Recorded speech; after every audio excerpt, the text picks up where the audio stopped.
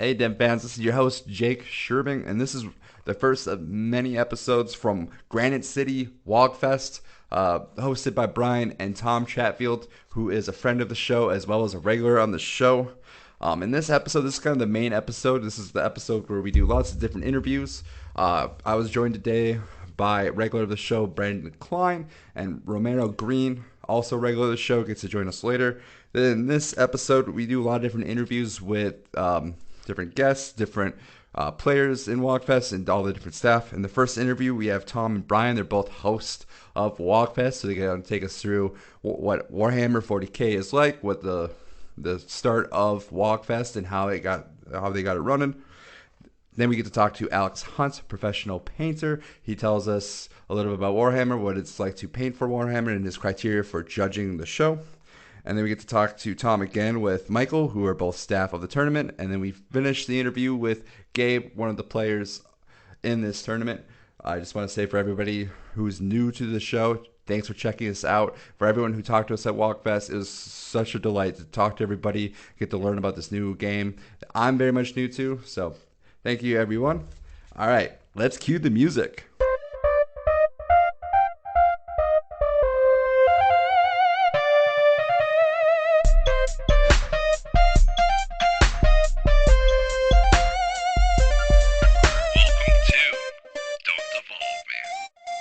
Hello, welcome to Don't Evolve Me, the place like Ash catching Pikachu. We don't evolve, we just level up.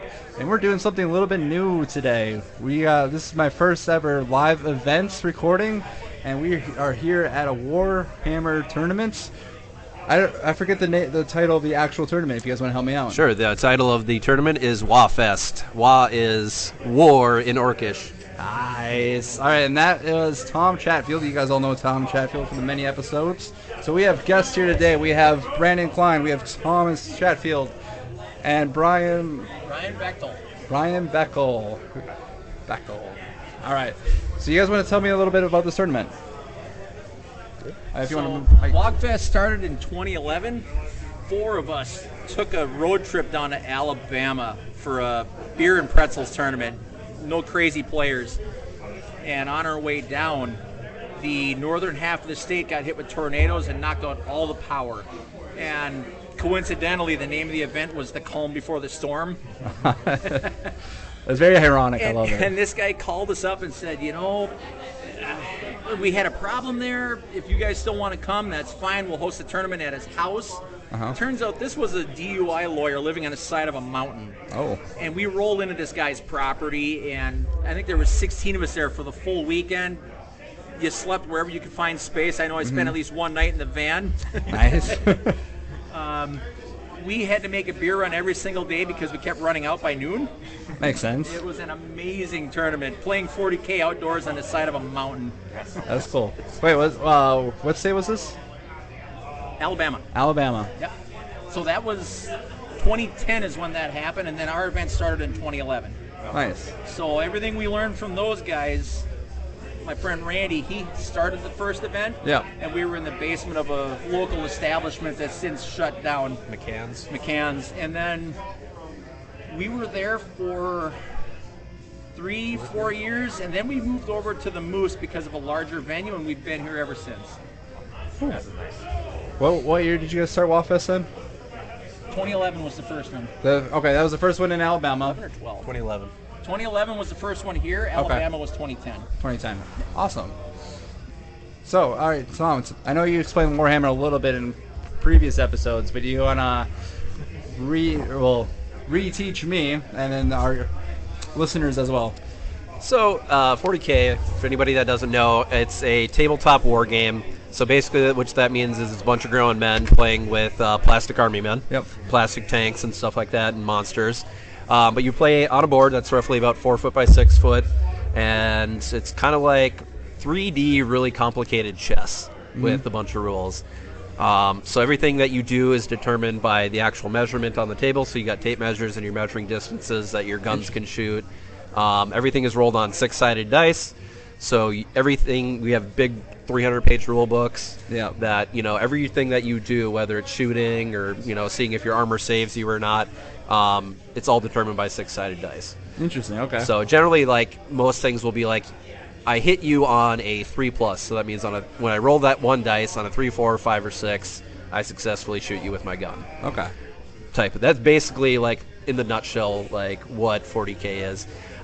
Beyond that, it's grown to something that's just ridiculously big. They also have like massive lore behind the game. Yep. So like I think I remember the Orc Army. Yeah, the Orc Army story. But there's like 300 or 400 novels. They do fluff and history. They have like 20,000 years of history for this time setting. And I should say too, it's a sci-fi setting based in the 41st millennia, so that's why it's called Warhammer 40k. That makes sense. They do have a movie out, right? That was coming out. Yeah, there is a Amazon show coming out with Henry Cavill. Yeah. Is supposed to be. I think there was one other movie. I was trying to do a little bit of homework beforehand, so I saw there was like one straight to DVD movie that came out. Ultramarines. Yeah, that one. We don't talk about that one. Well, how come? It was, oh God, it was just absolute horseshit. That's why. We can just leave it at that if you want to. Yeah, nobody spend their money and watch Ultramarine. So the movie that no one speaks about. Yep. It never happened. It's like Voldemort, you know. You can find it on YouTube. Oh yeah, you At the probably time, could. It was like a 500-point army, which is really low points for this game. We Okay. play with 2,000 points. Yeah. Oh, all right. So, but yeah, touching on what Brian said, so like you can build your lists however you want. So you can build your army your way. Like, you know, a big tank is going to cost you, 200 or 300 points, where a 5-man squad might cost you 100 points. So depending on like what strategy you want to take and like what you kind of think is cool, you can fit that into a like 1,500 or 2,000 point total game. Okay. So you just have to make your list within that rules with the rule set, and then just stay under that point limit. What different types of armies are there? I was looking up beforehand, but if you can just explain like the main popular ones. Probably the biggest one is going to be the Imperium of Man. Okay. So that's your human faction. Their poster boy and Game Workshop's poster boy is the Space Marines. Yep. So they're the 9-foot tall, like Spartan-esque, like big super soldiers, or whatever, and like with power armor, right? So Generation shields. Yeah. There's like shields and everything like that. Nice, so. okay. There's the Imperial Guard, which is just like or basic guys like you and me, but give them a las gun, a laser gun, and you put 10,000 of them out in the field, and then you just kill by numbers. Question: if you have that army, do you have to have that much out? So the points are actually balanced too. So like a squad of 10 Imperial Guardsmen cost much less than a squad of 10 Space Marines. Oh, gotcha. So because like their stats in the game are significantly better, so they try to reflect that in the lore. Yeah. That in the game they try to make units that are better. Gotcha. Actually worth more points. So you can't take as many. So the game itself is very balanced. No. Well, they try to be, but there's a massive power creep constantly. That a new book comes out, everyone starts playing that army. That sort of thing like that. So since the new codexes came out or started coming out. Yeah. So it's not balanced, which is why you guys have this tournament to have a more relaxed, fun. Yes. Yeah, we try to take the meta and throw it on its head a little bit, and then we make our own custom rules for this. And the bar opens at 9, so you can tell what kind of tournament this is. They had 2 drinks already. Uh-oh. We're good to go. Okay, good. We're still recording. I saw a screen. Everything went black for a second. It kind of scared me. Yeah, we almost blue screened of death. But we're good to go. I guess it just goes black even if we're still recording. So yeah, if you wanted to talk more about you said the other armies, right? You were asking about. So basically, take all the fantasy races and just make them a space version of them. So you have space orcs. They're called the Eldari. You have space orcs. Yeah, space. Yep. Orcs. There's Eldar, which are the elves. There are Tyranids. Starship Troopers. Yep. Nice. Which again, Jake hasn't seen because he's a loser. I got it, but I didn't watch it. I forgot all about it. Terrible movie. It's awesome. You gotta watch Oh it. yeah, 100%. Terribly bad. Okay.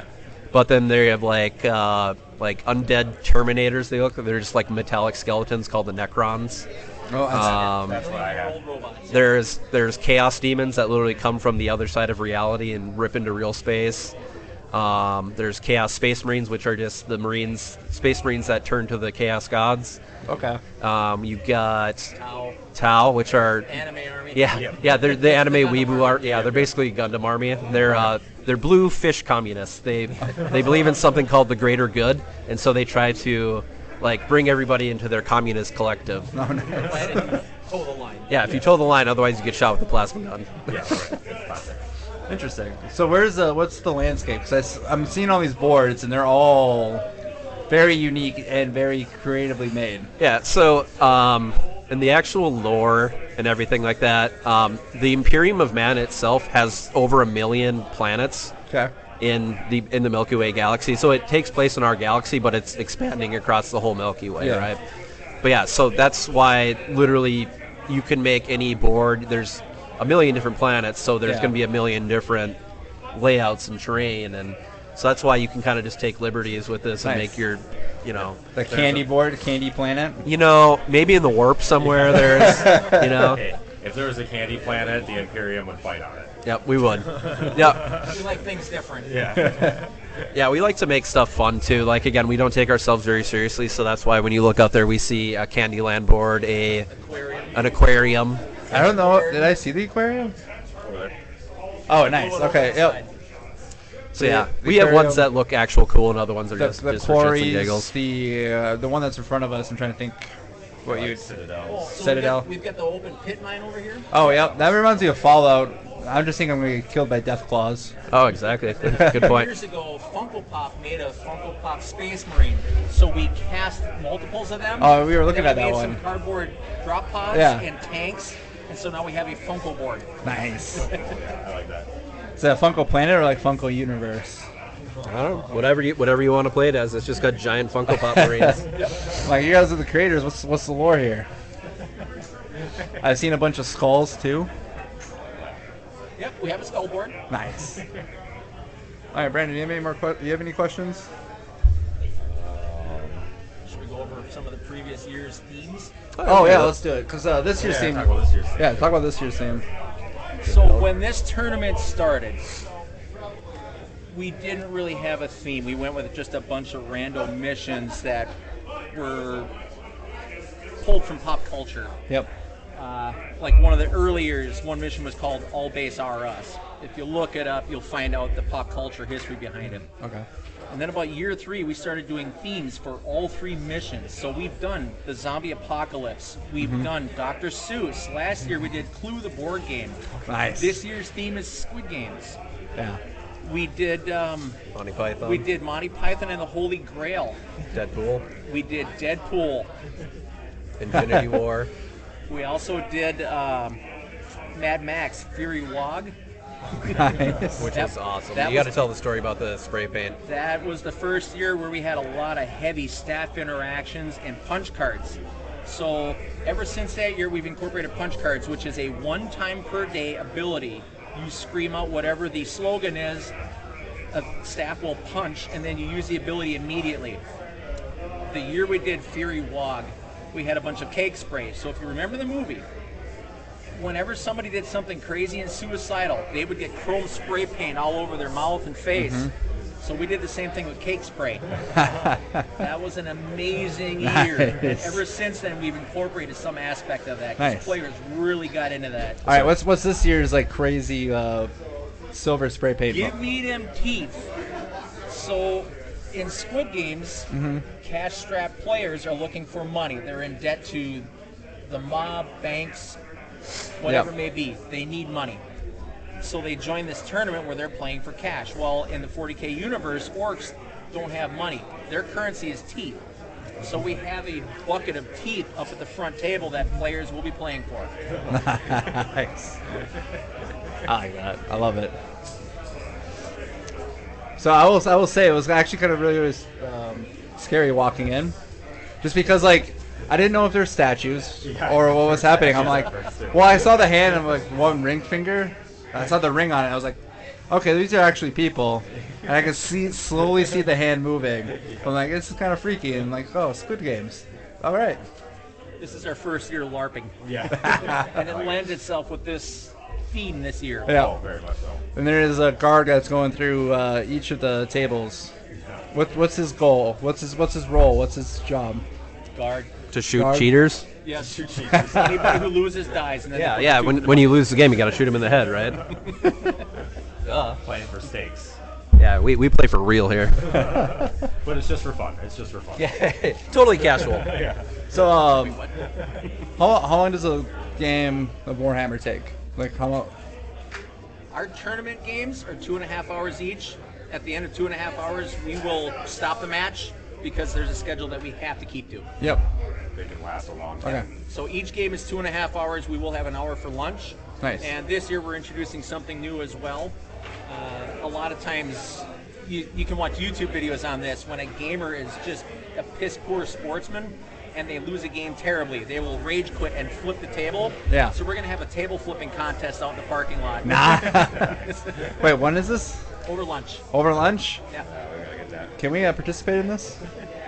Yeah. Why not? Why not? Sweet. Yeah, we haven't figured out how we're going to judge it yet. Probably on finesse and distance. Yeah. That makes sense. Rule of Style cool. points Yeah, too. that's Style points. Thank you. Nice. Cool. That's the number one rule, right? Are you gonna have judges too? The staff will be out there with drinks. And Maybe you guys can be honorary guest judges. I would love to do that. And we'll do it. I have no idea how we would like record the commentators. And a distance of 3 feet, but the style points is really up there. We give it a good 8 out of 10. That's why we need cameras, Jake. I'm telling you. I know. Yeah, dude, where is that now? Come on, I thought we were gonna start like videotaping these things too. You know, that was the plan, and then all my health stuff happened. When you don't have 3 months of income, it's really hard to buy things. Yep. My bad. Well, I don't have any more questions. I kind of ran out. Brandon? I'm sure more things will come up during the day. Oh, yeah. All right. Well, thanks for coming in the beginning. All right, I appreciate you coming to our tournament, Jake. Yeah, this is fun. Thank you for having us. Yes. Very All right. exciting. All right, Tom, we got some drink tokens to hand out. Yeah, we got some drinking to do.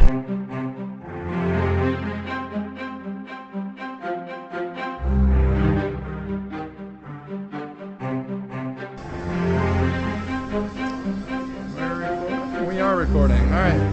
Welcome back. We have Alex on. What's your last name, Alex? Mute or unmute? That means it's on. Oh, okay. I'm heard. I have no idea what my levels sound like, so here we go. Oh, you're golden. Oh, I'm doing my best. All right, we have Alex here. I don't know your last name, Alex. Hunt, Alex Hunt. Alex Hunt. Yeah. Explain to the audience what your job is. So I'm currently at Waagh. I'm the paint judge for this year. So I'm doing all the paint judging for, I guess, for the event. Nice. My typical thing is running hobby-related events. I run a painting competition, a quarterly painting competition down at the Forge in Chaska, Minnesota. Nice. Doing like similar to Crystal Brush, Golden Demon kind of style things, and that's again quarterly. But we're trying to grow it, trying to build it. So it's been going well. But awesome. I'm a hobby guy at heart. So That's awesome. Yeah, you go for it. How long have you been doing this? how long have I been painting, or how long have I been paint judging? How long have you been in the hobby? How long have I been in the That's hobby? a better question. Since college. So probably 12, 13 years. I really started taking it seriously about 9 or 10 years ago. Trying to push forward into making the hobby a more focus inside of like competitive events. So that was a big draw for me. Originally was trying to push the hobby into, say, Renegade Open, which is down in the cities here, and making sure that people that are interested in playing competitively, that's awesome. But I also want to see some pretty models whenever I'm playing a game. Right. I want to be able to sit across from my opponent and have a pretty army. Right. And realistically, I'm a decent player, but I roll really poorly. So it affects it a lot. Yeah. I roll twos as a profession. So so because of that, I'm like, well, if I want to win anything, I'm going to paint. And so I've taken to many painting competitions, painting events, as awards and things. So I'm that's just the kind of person I am, and I want to see the hobby elevated. So that's just who I am as well. So that's kind of a background on that. Awesome. So what's the criteria for this competition for being like the best painted army? So over there right now we have Waagh is a little bit different because it's I would say low key. Yeah. So people that want to be judged for best painted, they put their stuff up front, and then those are the ones that are judged heavily. Anyone else is just self score, have a good time. This is drinking beer, you're having a good time. Like I noticed. People don't have their whole armies. And that's totally cool. Yeah. I would say RTTs. This is considered an RTT. It's just casual, whatever. What is a RTT, just to explain for the audience? Rogue Trader Tournament, so it's a 3-game event. A GT or a Grand Tournament is between 5 and 6, maybe 7 games. Typically it's 5 these days. But if you're going to a GT, you're typically having a fully painted force. That's a prerequisite for going to one. Yeah. An RTT, not so much. That's for testing, for playing, for just getting some reps in and having a good time. Yeah. In this case, people are just here to play games and drink beer, and that's the best part. So super cool. Yeah, it seems like everyone's like having a great time at this event. Oh yeah, this is a little smaller than most years, but it's in a lot of ways though it's cozy, Right. So for sure. So that's the best part. Thank you so much. Appreciate it. So that's the best part of this event is no matter the number of people, it's always a good event. So. So are you playing today? I am playing. I can't win best painted. That's one of my things. I have won. Yeah. Would you judge yourself the best then? If you I'd have to really look. How ethical are you? I try to be as ethical as possible. I'm very fair, realistic. I have actually one of my other paint judges. He's not typically playing, so he's one of the other Dwarven Axe judges. Okay. Nice. He's here. So he keeps me honest, but typically I score very high, Yeah. just because I'm a professional painter. Yeah. That's what I do. If someone beats you in a match or a game, you're not going to judge them poorly if they're in a No, competition? God, no. That's not who I am. I gotta keep things honest, Well, that's fair. It's good on you. Yeah, and typically, I'm really bummed that one of my buddies, Rob Seeley, is not here because he's normally he's a very good painter, and he had signed up for this event. And typically we spend most of the game actually gushing about each other's models and then talking about techniques and strategies and how'd you do that? I really like how you applied this, and asking questions on how that happens. So that's typically how our matches go. And then I guess we're playing a game. Hold on a second. I gotta focus on that. To the second round or so. For judging, so I already kind of asked this already with the criteria, but brushstrokes. Color scheme, what exactly? So I'm looking for things like consistency of paint, smoothness. If you have decals, if you have a consistent paint scheme overall, if your display board, your basing, and your models kind of match the same scene. Yeah. How good is your technique on applying detail work? If you have any extras like object source lighting, so if something is glowing, is it glowing on other things? How well is that placed? Things of that nature. So I'm looking at a broader scheme than just is it painted good? Yeah, gotcha. Things are painted good. That's fine. Right. But but I need to look above that and go, okay, it needs to be more objective than just is this a cool looking army? Yeah, sure, it's a cool looking army, but I need to really break down are there missed brush strokes? Are we seeing paint that's kind of bleeding over in other areas? Stuff like that. So there's a difference between cool looking army rather than expertly painted. Yeah, there's kind of a difference between table ready and yes. Yeah, there's definitely a step up from there, and oftentimes it's you can have a step up from having something that is table ready, and you're able to go, hey, I can play that on a table. It looks good. From 5 feet, 3 feet away, that looks great. There's something to be said about that versus, now I'm getting real close, up close and personal. Yeah, exactly. I'm looking for all the details. Yeah. And I'm looking when I look at judging an event like this, it's looking at the broader army, because say for the Dwarven Axe, the event that's professionally painted, that's more of I'm looking at the individual model at an inch away, and I'm really counting how will this blending look? How do individual brush strokes look? You know, how judging on that. This is more like how cohesive is the army? Does it feel like it belongs in the scene that it's placed in?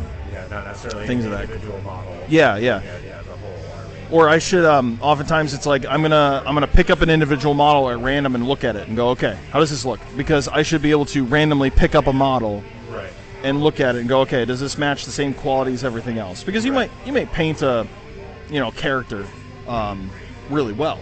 Because you want to focus on that. That makes total sense. That's where random trooper. Yeah. How does he look? Yeah, exactly. I want to pick up a random dude and go, yep, that looks good. Yeah, that passes muster. So Nice. So what army are you playing today? I'm playing knights. So I've sold off all the rest of my armies. I'm playing knights now. I've painted a lot of knights in my time. Okay. So that's kind of your favorite. yeah, it's kind of my favorite going on. Yeah, I like big stompy robots and just plowing around. So it's a good time. Did you win your first match?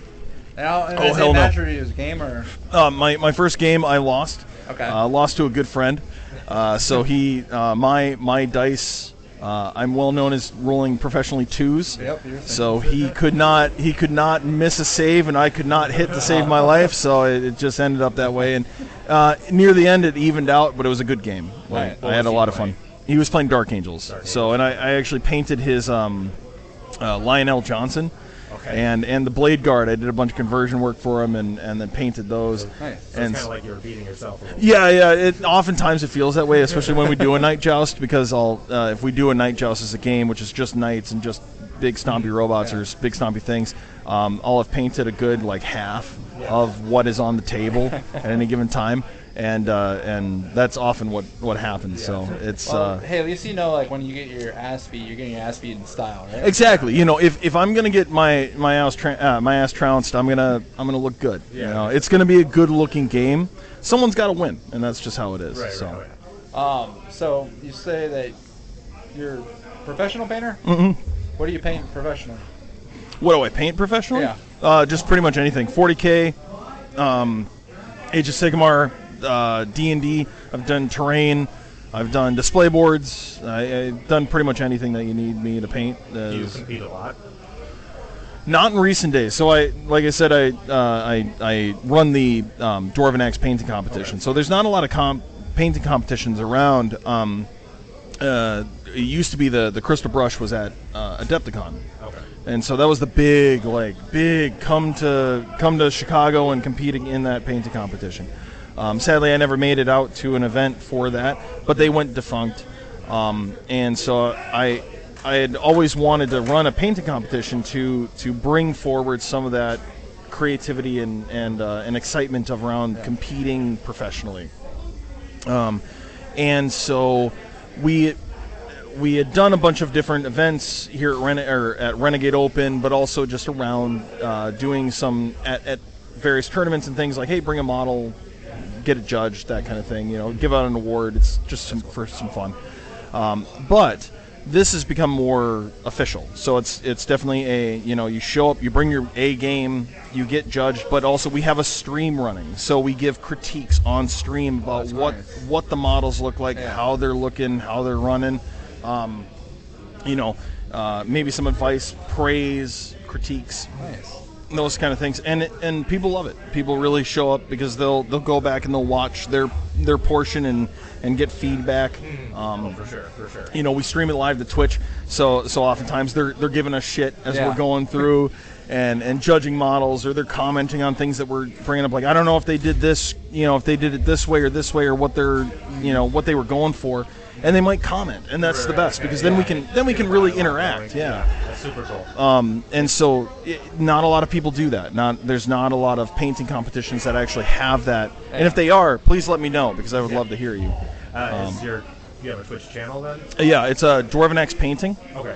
Twitch.tv at Dwarven Axe Painting. For the listening audience. A Dwarven Axe Painting. So, right. yeah. And if somebody wanted to compete in some sort of competition, what would be the best way to? So, it's second month of the quarter, third weekend. Okay. I know that's it was the easiest way to put it on a calendar, but it's the next one is August 20th and 21st down at the Forge in Chaska. You just have to enter in a model beforehand, You will get critiqued on stream. It'll be professionally done. We have a panel of judges that go through and comment, give you advice, give you thoughts, and we try and grab from all sorts of levels. So we grab from some people that have won before. I'm typically a judge on that, but not always. And then just trying to grab some real painters out there and give them some advice. Oh yeah, like hell, I'm like the worst part about being a really high-end painter is that you hear like, oh man, it's amazing. I love everything that you've done about this. And it's like, yeah, but I want real feedback. Like you need to tear this thing apart. I need to know. Yeah, if you want to improve it, make it even better. Yeah, exactly. It's like, yeah, that's the worst part of being a high-end painter is like you're like, I need someone to rip my thing apart, so I can be like, okay, I need to improve on these areas. What is it? Ben Franklin with the quote: "Criticism is a person's best friend." Mm-hmm.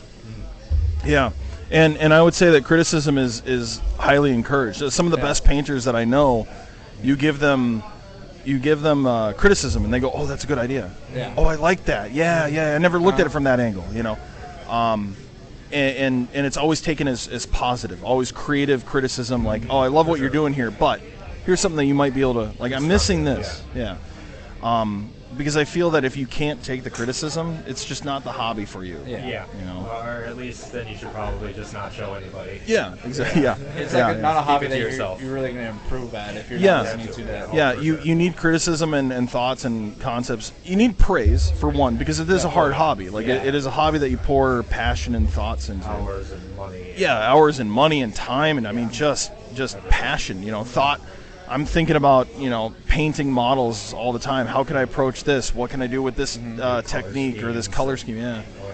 Yeah. Going to YouTube videos and, okay, how can I do that? Oh, that looks really good.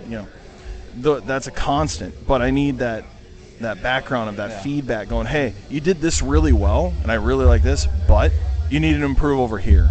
Right. I need you to really push on this. And sometimes that's what you need. Oh, for sure. So, yeah. Absolutely. Definitely here on this channel, we like feedback as well. The air horn always gets us.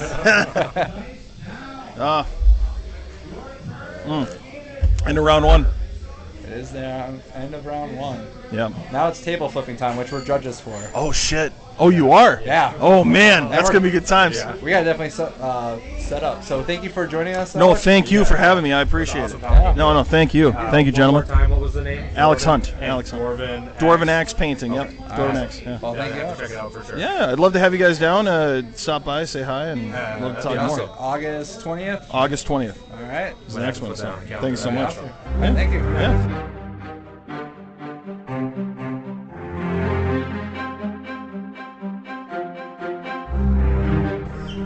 All right, we're back with another interview. Sir, do you want to tell the audience your name? Michael. What's up, Michael? How's it going?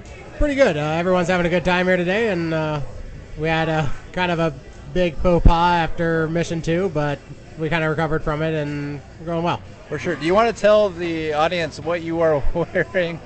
Yeah, so I am cosplaying as a guard from the Squid Games today. Yeah. Everyone's probably aware that that's our theme. Yep. So I have the red jumpsuit on, the black mask with the circle on it, and I'm carrying around a toy MP5. As you're walking around all the tables, all scary. Like, I will say you are very intimidating looking when you have the mask down. Yeah. Right? Like, I feel like I'm going to get, like, beaten. Excellent. That's exactly the vibe I was going for. I feel like you're going to arrest me and then beat me down. Like, that's what I feel like what's happening. Then I'm doing my job well. Very much so. Were you, when we entered the building, were you one of the 3 people just standing there staring at us? I was, yeah. We had a lot more people earlier dressed up as guards, but most people have kind of dropped out of it. I'm just too committed to the role. Do you remember us walking in and our reactions at all? There's a lot of people. There was a lot of people coming in. We got a few good reactions. A lot of people mostly were just kind of looked at us and then went the direction we pointed without trying to say anything. When we first walked in, I wasn't sure if you were statues or not, because you guys were standing very still. So I thought maybe they were just like dummies. And then all of a sudden you started moving, like, oh, okay, those are people. I only knew you were real people because somebody had a ring finger on, and they were like twitching their finger. I'm like, oh, yep, they're real people. But you're standing so still, except for the one guy with the ring finger. We were trying to get into a character as much as possible, kind of set the tone for the day. Well, I didn't know what I was walking into, and I literally didn't know what I was walking into. So, do you play Warhammer, or are you? I do play Warhammer. I don't play as much now as I used to. At the tail end of 9th here, it's gotten a little weird for my taste, so okay. I've kind of dropped back quite a bit. But yeah, it's a fun game. So you say it's gotten a little weird. What do you mean by that? Yeah, that's a good question. Basically, in my personal opinion, so they used to have these things called universal special rules. So there's like a million units in the game that can do a thing that everybody refers to as deep striking. Okay.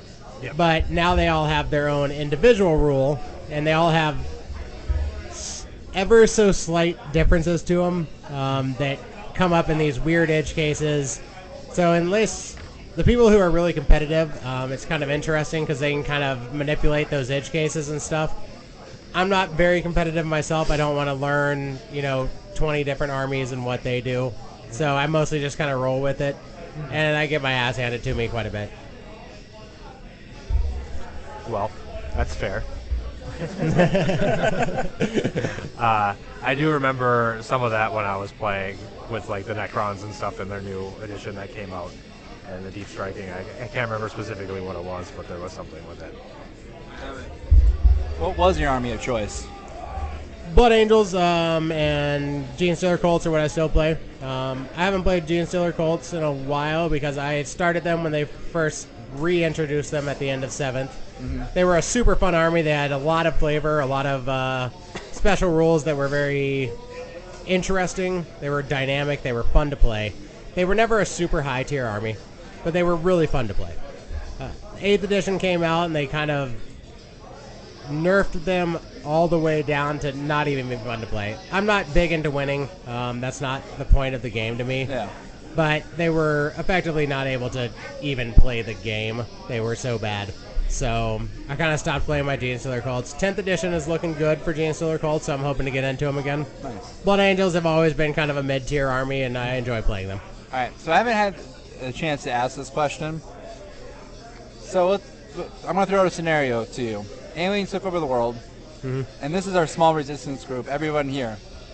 Can you lead us to victory with your experience in Warhammer? Or are we screwed? No, we are 100% doomed. Oh, fuck. It's a combination of my lack of tactical knowledge and the fact that we are mostly overweight, out-of-shape nerds.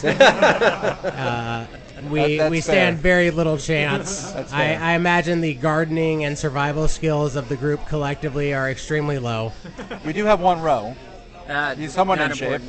Yeah. We're talking about a strategy, though. It's not enough. We can just send him out. But what if we all had power armor? Well, I guess then it depends on the alien. Power armor goes a long way. It goes true. a long way. And I believe someone's working on that in the world, like legitimate exoskeleton type stuff. I'm sure. Yeah. It's only a matter of time. Mm-hmm. Tom, what about you? Can you lead us to victory, or are we dead too?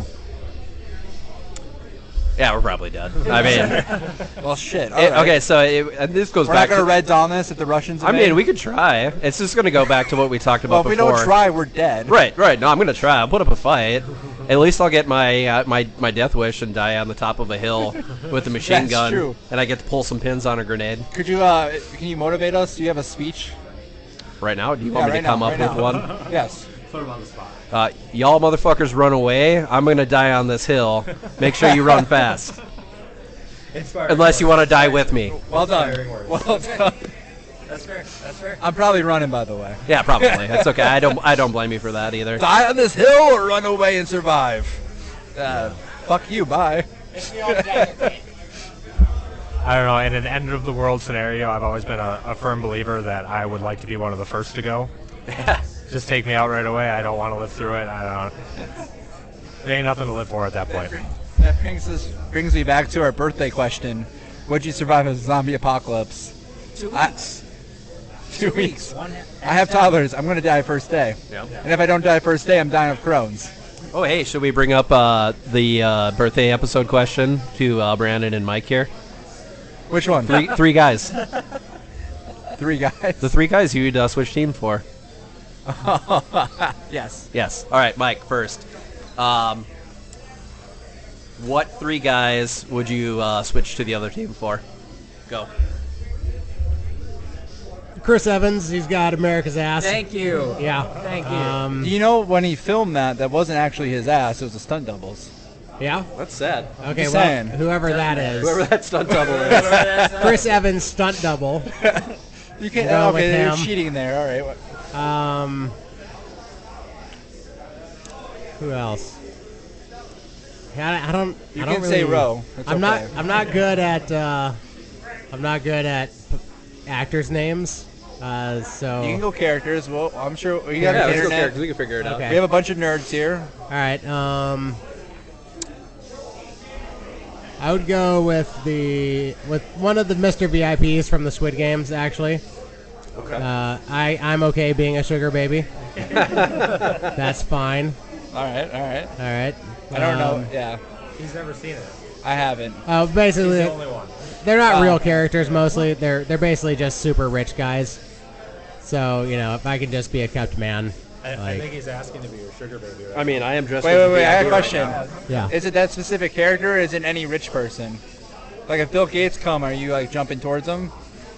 Yeah, no, I think I'd bend it over for Bill Gates. Yeah, You know what? Fair enough. Fair enough. yeah, that would happen. And do they have to be alive? No.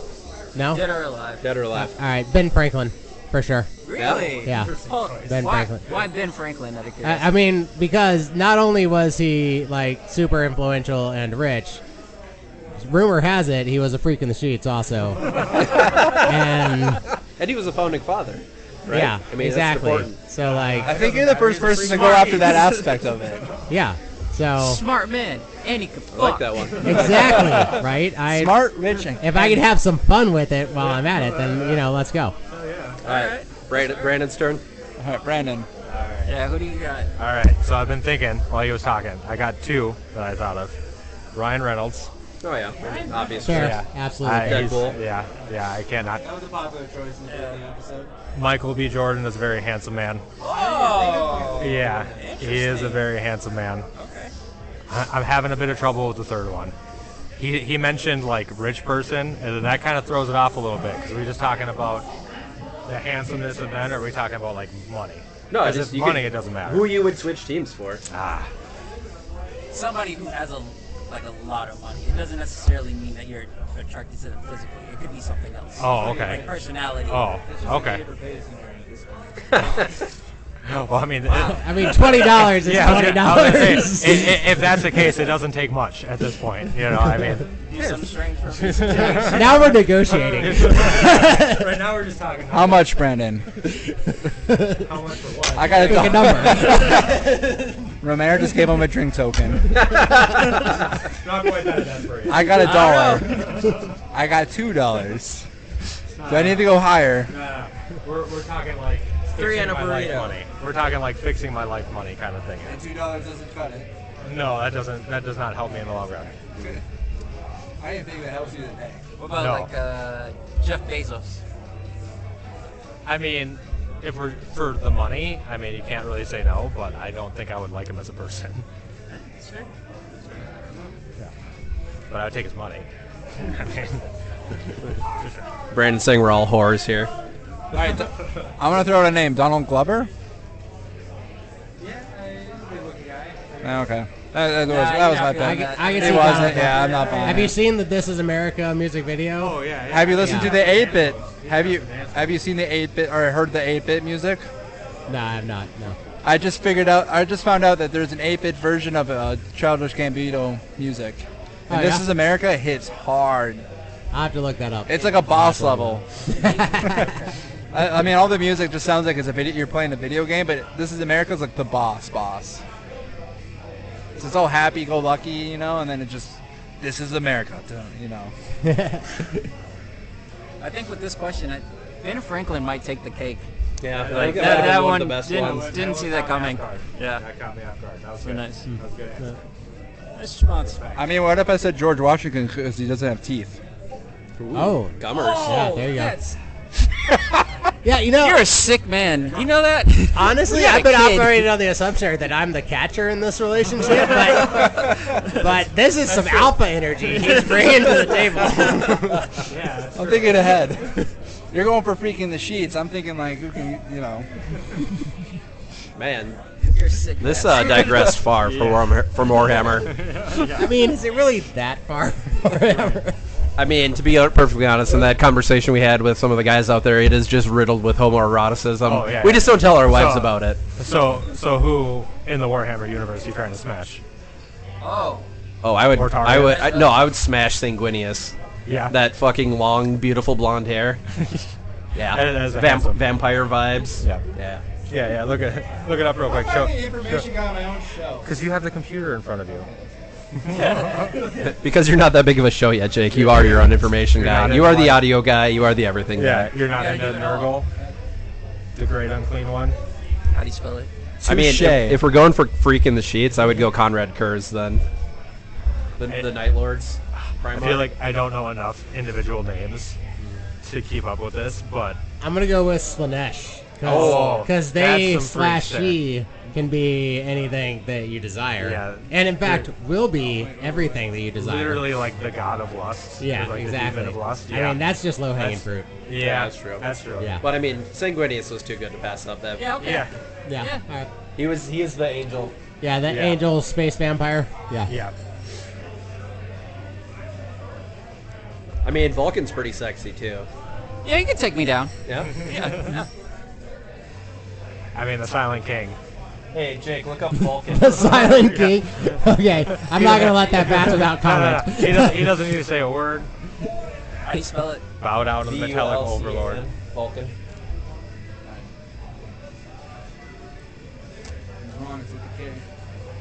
Just a bald, powerful man. No. No. I feel like Still Sanguinius? that's a very Jeff Bezos answer. Yeah. Yeah. Strong bald man. Well, powerful bald man. This It's like dude is trying to do some shit like in the bedroom. Like I feel like I'm gonna get murdered I after. feel like I need a safe word. I think that that's true for basically anyone in 40k. Yeah. Okay. Yeah. These are genetically engineered superhumans. So, but ironically enough, Vulcan that we're just looking at, the one that you said you needed a safe word for, he is the one that cares the most about humanity. No, like, for real. Like, most of the other Primarchs and Space Marine Legions will just, like, not consider humans even worth anything. Like, the Salamanders go out of their way to protect humans, even at the cost of their own Marines.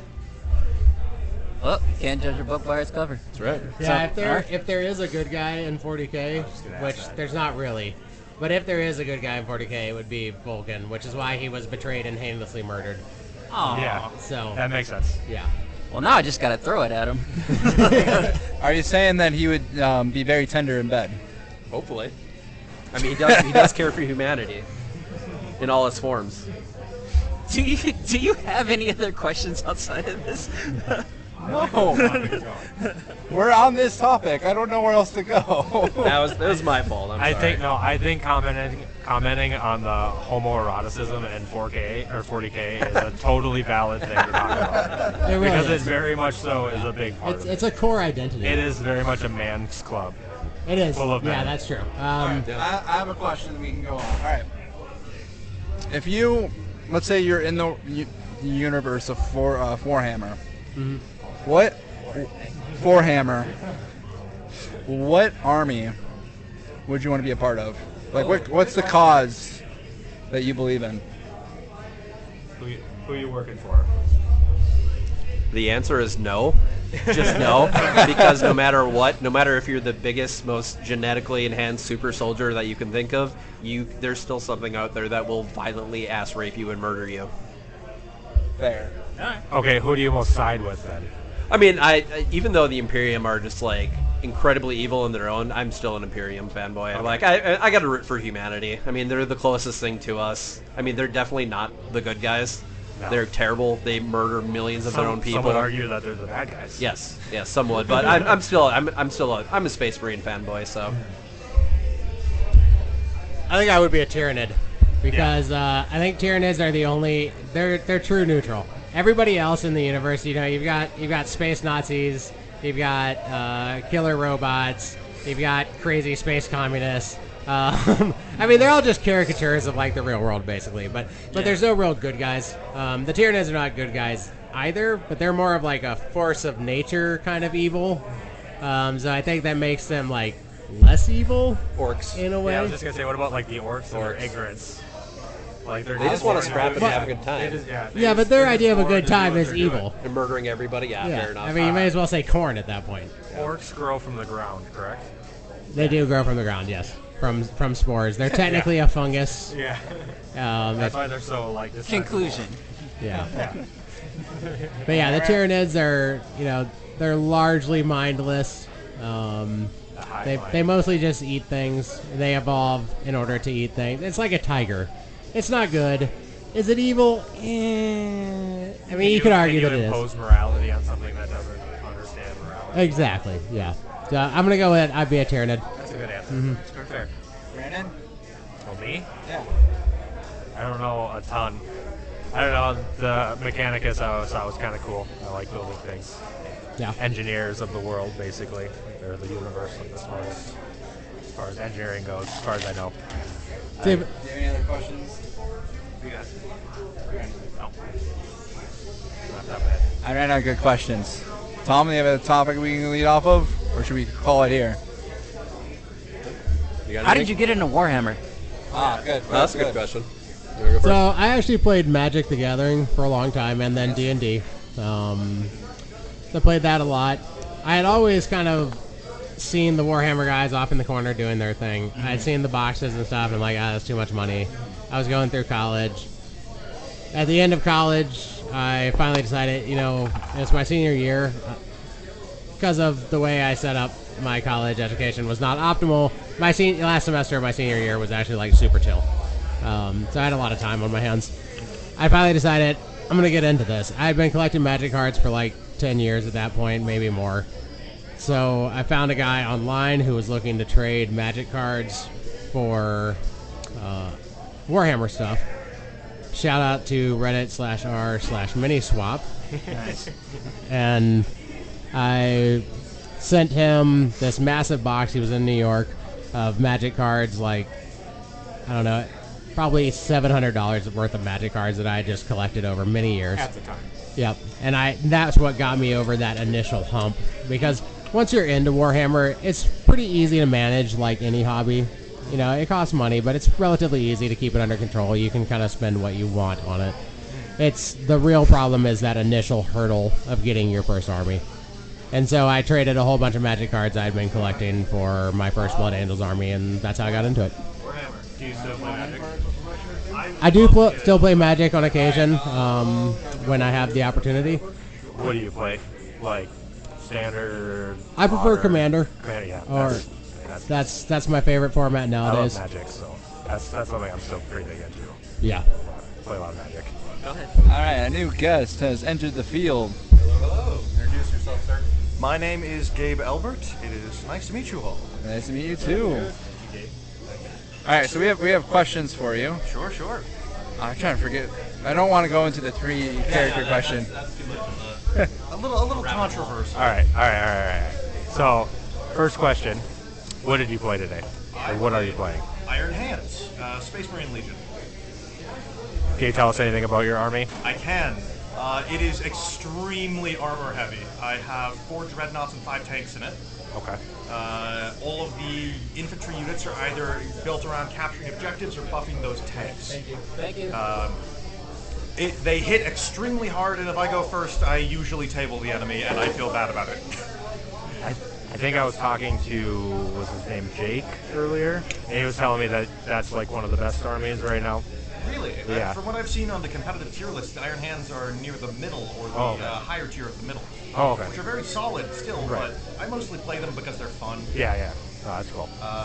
The idea of cybernetic legionaries that are obsessed with replacing their flesh is a very fun concept to me, and it's a shame that their lore isn't more fleshed out than it is. I actually forgot. I have questions for people who actually played in the tournament. Yes. All right. There we go. All right. So you've played 2. Is it matches or games? I've played 2 games so far. 2 games. Okay. Did you win? What was your record for both of them? Both of them, I got perfect scores. Perfect scores. How does one get a perfect score? Well, I hit all of the objectives, and I made sure that the enemy didn't get many of theirs. Nice. All right. Mostly through killing all of their objective scoring units. Well done. Well done. How much did your army cost? Thank you, My Tom. army cost? Well, I like to collect the older retro models. Okay. So it's actually oddly cheaper to get the older models Oh, than it is to nice. get the modern ones. My army, let's see, this list here probably would have cost about $500-600, which compared to how much it would cost to get this legitimately through modern model kits and stuff like that, it probably would have cost about double that. Yeah. And plus, I get to collect old models. I like to get the like I have the prototype Grey Knight model as my librarian Terminator. Nice. So, I see you with the fit here, got the vest and everything. Casual wear, or you came here for business? I came here for business. All right, yeah, that's what I thought. Yeah. Now, if I could wear this every day, I would, but I work as a groundskeeper, so. Whatever, you're rocking it. You still could. Yeah. I even got this this here. I love My man's got the pocket watch. He came for business. He's trying to kill somebody. I will say you're probably best dressed. Oh, thank you. Sure. Yeah. If only there was a competition There for was it. one other person. Grant, yeah, I saw him around here. I was just about to mention that. That's your rival now. Hey, Grant's helped me 3D print some stuff before, so. All right. So, did you paint all yours, or did you hire some of the paint I yours? painted all mine. In fact, I do commission work for people. Oh, nice. Yeah. Nice. How long did it take? How long does it take you to paint an army? Like? Well, it depends on how large the army is, but on average it takes about 30 minutes per infantry model. That's about the same scale as a Space Marine or smaller. Okay. For vehicles around the size of a Rhino or larger, it takes anywhere from 1 to 3 hours, depending on the quality of the paint that's needed.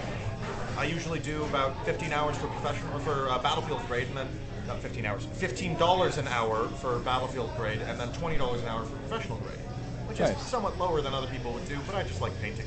Yeah. I'm curious. I was going to ask this question earlier, but you know, for somebody starting out in Warhammer, you know, just building up their army and stuff, how much are they spending?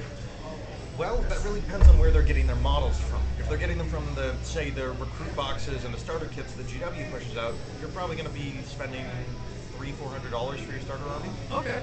But if you're getting them secondhand, like I do, buying them through things like eBay lots or the secondary market, you're probably going to be spending about half that. You hear that, kids? Save your loot. Learn how to spend your money. Secondary market's a great place for not only Warhammer models, but Magic cards and all sorts of collectibles. I used to work in it, actually. Okay. Nice. Nice. It was probably my favorite job I've ever had. I worked at a game shop buying and selling things. Nice. This area or different? This area, I used to work at Lewis Game Shop. Oh, cool. Nice. Fantastic folk down there. When I left working there, probably. When I left working there was no bad blood between us, and I still go there regularly. Nice. Good, man. I'm super happy to ask this question twice now. Of course. Actually, technically, I asked it 3 times with Tom. So, I'm going to paint a scenario for you. Let's say... Of course. They already hear this question. So let's say aliens came and they wiped out the planet, and the only people left to battle them is everyone in this room. Yep. Could you lead us to victory? Honestly, I think we're fucked. That's been the common answer. This is a room full of sweaty nerds. Most of us are out of shape. I'm just saying, what if we had battle armor? Battle armor. Define battle armor for me. Like power armor. Power armor, yeah. Like Space Marine style, Spartan. Yeah. Oh. I think we're all still fucked because none of us can use that shit.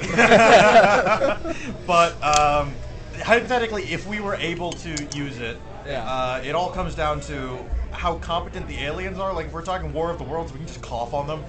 But if we're talking like signs, we just got to put water in. Yeah, exactly. But if we're talking more along the lines of the Predators from the Aliens vs. Predators, we're screwed. We are so fucked. Or like even the weird crystalline aliens from Titan AE. Those things are fucking terrifying. Yeah. Yeah, we're definitely fucked after that. Yeah, absolutely. We are a tiny, scared, primitive species on a ball of rock that is drifting through the universe. If something bigger and badder comes at us, we're just fucked. Yeah, we're pretty fragile. Absolutely. I respect the nihilism. Yeah. Just spit facts. I don't like the nihilism, but it's there. That's fair. Okay. What would it take? I'm just curious, going off of your question. what would it take for the human race to actually win against a species, coming from space, in your opinion? Do you have a specific species in mind, like from fiction or something? Well, fuck it. Let's say Predator. Ooh. No, I feel like Predator's too hard. No. That's why I asked. Yeah. Is it one predator or is it like an invasion of predators? Invasion. Okay. Yeah, we're screwed, man. We are fairly screwed, but if we theoretically had every resource at our disposal, To get the world to work together. Nuke them all. honestly, yeah, go full Krieg on them. Yeah. Go underground and nuke the surface, make it uninhabitable for organic life. Do you really want to survive after that?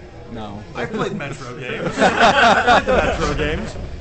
That's the speech. I have played Metro. Today we declare our Independence Day, not just for America, but for those who have played Metro. What the fuck? Well, there goes my question. Can you give me a speech of victory? It's a victory, and there it is. If you play Fallout, this will be like Fallout. You'll enjoy it. If you played Fallout, get out. I love those games, though. Those games are great. New Vegas was probably my first RPG. First RPG? Yeah. That's probably my favorite Fallout game so far. No, 3 was. Fallout 3 was. I played Yeah, 3 same. first. New Vegas is handily better, but I have a soft spot for it. That's fair. That's fair. Kind of going back on topic there. How long have you been playing Warhammer? Total or overall time? Yeah, like span? from the very beginning. About 10 years. Shit, you're a veteran. I've been actively playing for about 2 years. I started playing when I was about 10, and I think it was 6th or 7th edition. Okay. And I wasn't very good and fell out of the game fairly quickly. But I got back into it when about 2.5 years ago now at this point, and I've been having a blast ever since. Nice. I do feel like this is one of those games that can be very frustrating. Oh, God, if you yeah. don't know what you're doing exactly, and you're going against somebody that knows what they're doing. Especially if people are unwilling to teach you. Yeah. When I first got into the game, like I said, I was fairly young. I was about 10 years old, and nobody had the patience nor the sense of community to stop and teach a new kid how to play the game. But there was one thing that was said to me when I first got into the game that stuck with me, and I still remember to this day. That it was about painting your models specifically. If you don't put bare plastic on the table, you haven't failed at painting. You've at least tried. And even if you put bare plastic on the table, you're still trying to play the game, so you haven't failed. You can't fail at playing this game. You can't do it wrong, you just aren't doing it correct. Right. You're learning. Do it at your own pace, Exactly. kind of thing. You'll only get better with time. You'll only learn more. You'll only gain more experience and more friends that can build this community around you. Do you think there's a lot of gatekeeping in Oh, absolutely. 40k? 100%. I feel like I've noticed that pretty much everyone here has been playing for like at least 7 years that we've talked to so far. Is there anybody around here that's new that you know of that's more recent to the hobby? Yeah, my Ben, he's the one playing Knights over there. Okay. He got to the hobby a year and a half ago, I want to say. Okay, so that's pretty recently. Yeah, he's fairly new to the game. He plays Knights, and he's very impressive with his paint jobs for how new to the game is. If you get a chance, go over there and take a look. He's got this gorgeous aquatic theme for his models. Okay. Even down to seaweed and some underwater effects for his Yeah, I'll definitely have to check that out for sure. Was he the one that had the blue and green model? Or? The mainly green Knights with Oh, the okay. seaweed and stuff on their bases. Oh, yeah, I see them. Yeah. They're pretty nice, yeah. So I asked a question earlier about new people coming in and almost seeming as though, they don't necessarily belong here just because of their attitude and stuff, but it's interesting that you bring up gatekeeping. That's something that I never thought about. Why would somebody kind of have a gatekeeping mindset when it comes to Warhammer? Well, it comes down to basic psychology, unfortunately. It's a lot of us versus them mindset. Some people take in the idea that if something new comes into the hobby, it'll ruin the sense of... Thank you. Nice. If somebody new or something new comes into the hobby, it'll ruin the way that they've had it or the way that they've seen this game that they love. But unfortunately, for the people that are coming in, that's not the case, and they're treated as though it is the case. These people are seen as other and are treated as such, and it leads to people getting pushed away from a hobby that's already has a bar of entry that's higher than most due to the price tag. Like I said, I remember when I was a kid, I had a difficulty getting into the game, not only because of the price tag, but because of people being unwilling to learn. So when I was working over at Lewis, I would do demo games. I would run kill team events there, bring extra armies so people could learn, and did my damnedest to make sure that the game was as accessible as possible. Nice. So, piggybacking off of that, if you don't mind a more controversial question that I was going to ask some other people, how do you feel about 3D printing models? 100%. Okay. It's a good thing for not only the hobby, but the business of the game as a whole. I would generally agree with that because it is such a barrier of entry, and I think if people really enjoy the game after they start playing it, that they will invest the money long term if they really want to. Yeah, exactly. Personally, I own a 3D printer. I still buy kits. Yep. I still put together kits. I still like working with the kits and doing kit bashes. It's 3D printing doesn't mean you're going to stop buying models.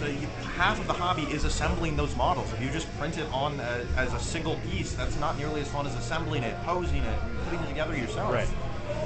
And speaking from a purely capitalistic and economic theory perspective, it's a good thing overall for the business, not just the hobby, because it introduces competition, forces the businesses to innovate with how they produce the models, with how they get them to the community, with the prices that they put them at, and how they produce the models as well as getting them there.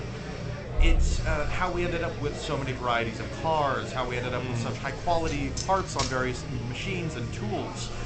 From a perspective of economy and business, it's a bad idea to squash out competition. If you're looking to purely make money, yes, you're going to want to squash out competition. You're going to want that monopoly because that gets you money. But if you want to improve your business and improve the quality of your product, squashing out competition is a bad thing because it stops you from needing to innovate. It stops you from needing to improve your product and how you market it to not only the people who are already in it, but people who need to get into it. Do you think there's any competition to Warhammer, like any of the other games that are even close? No. Not even. Yeah. As much as I would like to say there is, the closest I can think of is BattleTech. And how many people do you know who play BattleTech? I had never heard of it before. I've never heard of it. Yeah. Today was the first day. We just met one. Well, no, I don't even know that he played BattleTech. He just makes animation for it. Yes, the artist over there, DC Burns. Yes. Fantastic guy. I just had some commissions done by him. Nice. Yeah.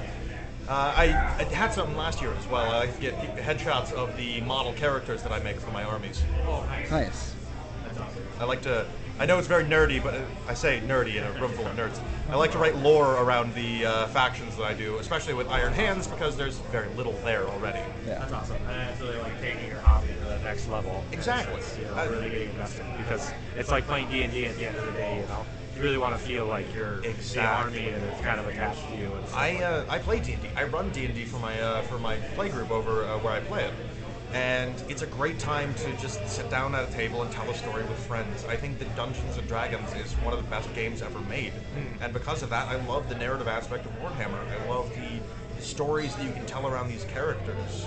Even if you're not inhabiting them yourself, you're helping to tell their story through these wars that they wage. I feel like there's so much lore and just like build up behind them that you can actually get like a grasp for how a lot of these characters would act, or and you can expand on that and make your own lore. Exactly. It really fits the characters and the themes. But Warhammer's been around since the 70s. Yeah. It's been around for a massively long time, and the stories that they've told in this universe range from the ridiculous Obi-Wan Sherlock Clouseau Thoreau to the incredibly grounded stories of even Magnus. I say as he's a giant red space wizard. Yep. Magnus the Red.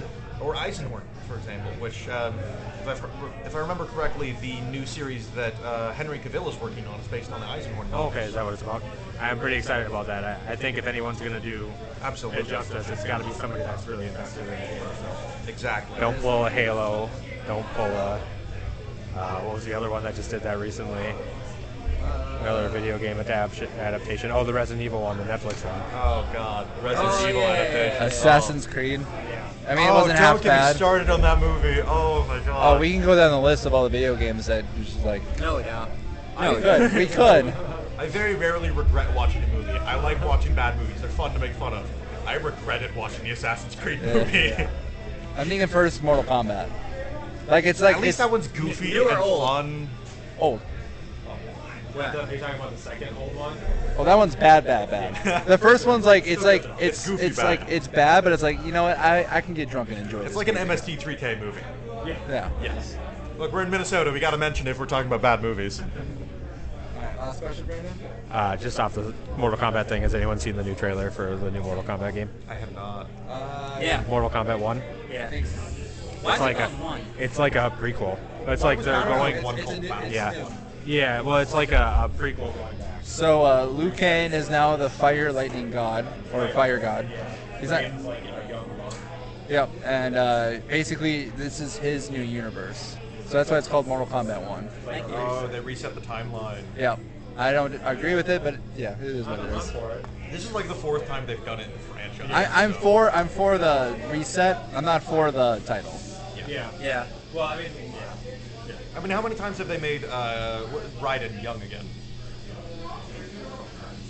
A few, more than once. Yeah. This is the 3rd time that I know of. If I had a nickel for every time they made Raiden young, I'd have 3 nickels. It's a lot, but it's weird that it You happened would have 3 times. you would have 50 cents. You maybe get a candy at a store in like 20 years ago. In this economy? All right. Well, thank you. A pleasure talking with you, lads. Yeah. See you around. Nice meeting you, sir. Of course. Good luck. Pleasure. Thank you. Maybe I'll get best general. Yeah. Good luck. All right. Holy shit. Yeah. In case y'all wondering why I said holy shit, looking at the screen I'm here. not recording, man. Oh, nice. Why does it say this? Oh, that's just this. All right.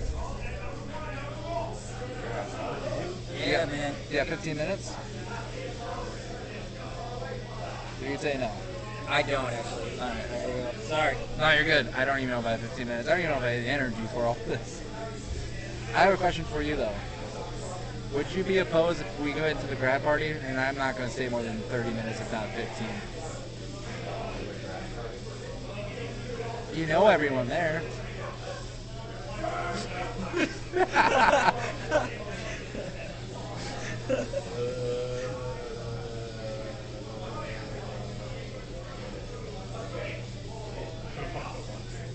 You can say no. He's It's looking fine. for a quick yes and a really long no.